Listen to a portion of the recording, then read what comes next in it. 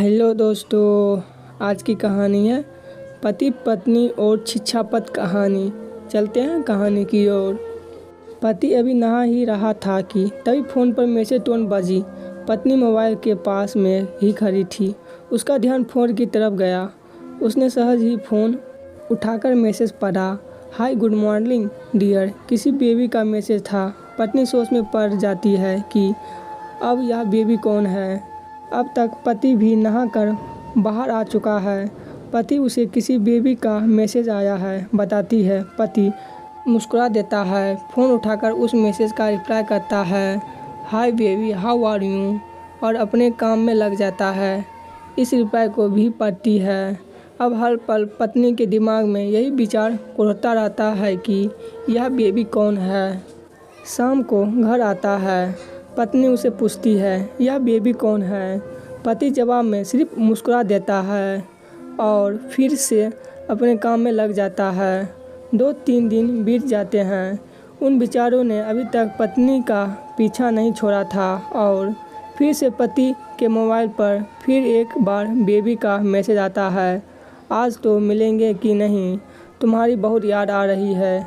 इस मैसेज ने आग में घी का काम किया।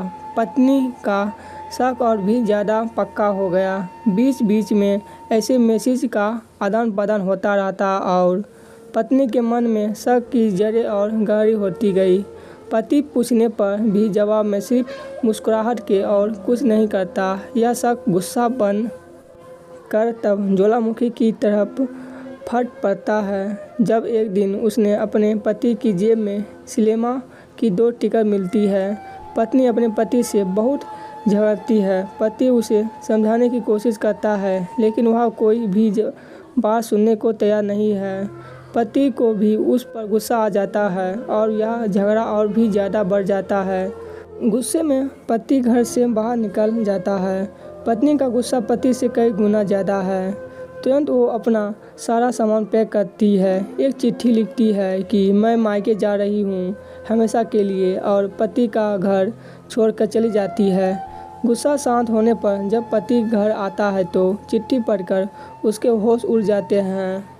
10 दिन बीत जाते हैं और गांव के उस घर पर टोल बेल बजती है जहां पत्नी रहने चली गई है। पत्नी दरवाज़ा खोलती है। दरवाजे पर 10 साल की एक छोटी बच्ची हाथों में चिट्ठी लिए खड़ी है। वह पत्नी को वह चिट्ठी देती है।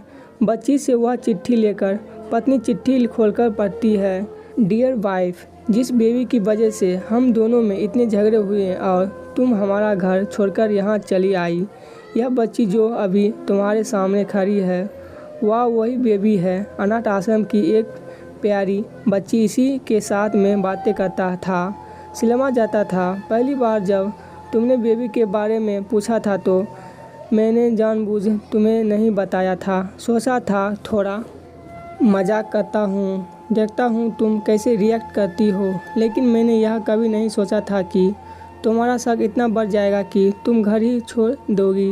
हाँ, सबसे ज़रूरी बात, यह तो बेबी है, वह किसी और की नहीं बल्कि तुम्हारी ही बेटी है। रुको, अपने आप को संभालो और आगे की बात ध्यान से पढ़ो।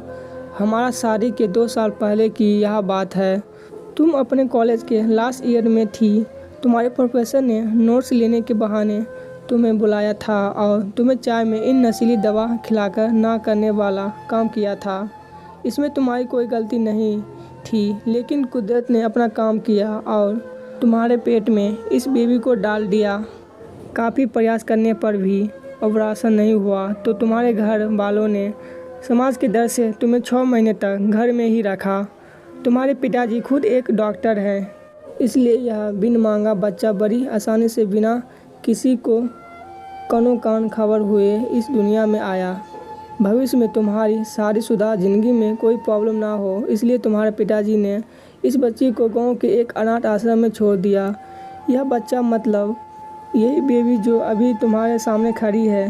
अगर अभी भी विश्वास नहीं हो रहा है तो इस बच्ची के गाल का वो तिल देख लो जो शायद तुमने उसे आखिरी बार रोते हुए देखा होगा, या फिर अपने पिताजी से पूछ लो। पत्नी जल्दी से उस बच्ची को पास में लेकर उसके गालों का तिल देखती है उसका मन भर आता है, उसकी आंखों में आंसू आ जाते हैं, लेकिन अभी भी चिट्ठी बाकी है, इसलिए वह आगे पढ़ती है। मुझे पता है अभी भी तुम्हारे मन में यह सवाल उठ रहा होगा कि यह सब बात मुझे कैसे पता। तुम्हें बता दूं कि यह सब तुम्हारे खुद के पिता ने ही अपने मन में उठ रहे प्रस्ताव को शांत करने के लिए शादी के 1 महीने पहले मुझसे मिलकर सारी बात मुझे बताई थी। उन्होंने यह भी कहा था कि अगर मैं चाहूँ तो शादी से इनकार कर सकता हूँ। मैंने तो वे स्वीकार किया, क्योंकि इस पूरी घटना में तुम्हारी कोई भी गलती नहीं थी और हमारी शादी हो गई। तुमने मुझे बहुत प्यार दिया, लेकिन तुम्हारे पिता से बेबी के बारे में जानने के बाद मैं उसे मिले बिना नहीं रह पाया। मैं बीच बीच में उससे मिलता था। उससे मिलना, उसके साथ समय बिताना मुझे अच्छा लगता था। कितनी प्यारी बच्ची बिना किसी गलती के क्यों सज़ा भुगते। बस इसलिए मैं उसे थोड़ी सी खुशी देने की कोशिश करता था। बस इतना ही कहना था। अब अगर तुम फिर से अपने घर आकर मेरे साथ रहना चाहो तब, और सिर्फ तभी गैलरी में आ जाओ। तुम्हारा और सिर्फ तुम्हारा डियर पति। बिना एक क्षण की भी देरी के पत्नी दौड़कर गैलरी में पहुंची और रास्ते पर उसका पति एल खड़ा था। इसके चेहरे पर मुस्कान की पत्नी की आंखों में आंसू के पूरे। कहानी की सीख, कारण कुछ भी हो, अपने दोनों के बीच में कभी भी सबको थोड़ी सी जगह मत दो, क्योंकि दुनिया में हर बीमारी का इलाज है, लेकिन शक नाम की बीमारी का कोई इलाज नहीं है। मन शांत रखो, जो भी मन में आए एक दूसरे को बताओ।